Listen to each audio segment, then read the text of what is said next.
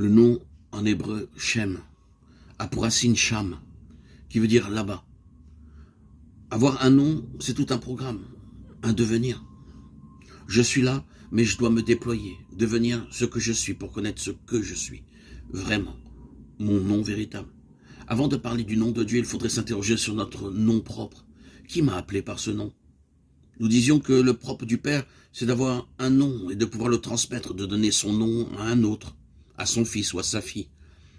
Ce qui nous cause parfois de la douleur, c'est de ne pas avoir été nommé, appelé, ou au contraire d'avoir été appelé, mais d'un faux nom, une étiquette qui nous situe socialement, mais ne nous reconnaît pas dans la profondeur de notre être.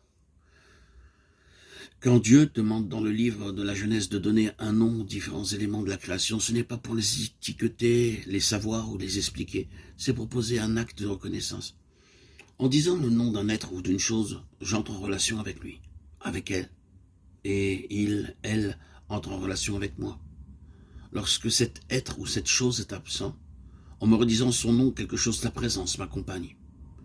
Il suffit parfois de dire le nom d'un bien-aimé ou d'une bien-aimée pour que son parfum ou sa présence nous enveloppe. La nuit, je me redis ton nom, chantera le psalmiste en parlant du nom de Dieu et en précisant avec toute la tradition biblique qu'il ne faut pas invoquer ce nom en vain, parce que pour un sémite, le nom est une énergie. Il participe d'une certaine façon à l'être qui est nommé. L'invocation du nom et la contemplation de l'icône seront par la suite les deux grands moyens par lesquels la présence se rend présente au corps conscient que nous sommes. La tradition juive, comme la tradition coranique, continuera à privilégier l'écoute du nom. Quand on veut parler de Dieu, on dit seulement le nom, le beau nom, le Shem Tov. Mais quel est ce nom qui doit être sanctifié? Quand Yeshua dit « ton nom », n'est-ce pas tout simplement le nom du Père qu'il s'agit de reconnaître comme saint, Kodesh, c'est-à-dire unique, tout autre, transcendant, et de le glorifier ou de le rendre présent?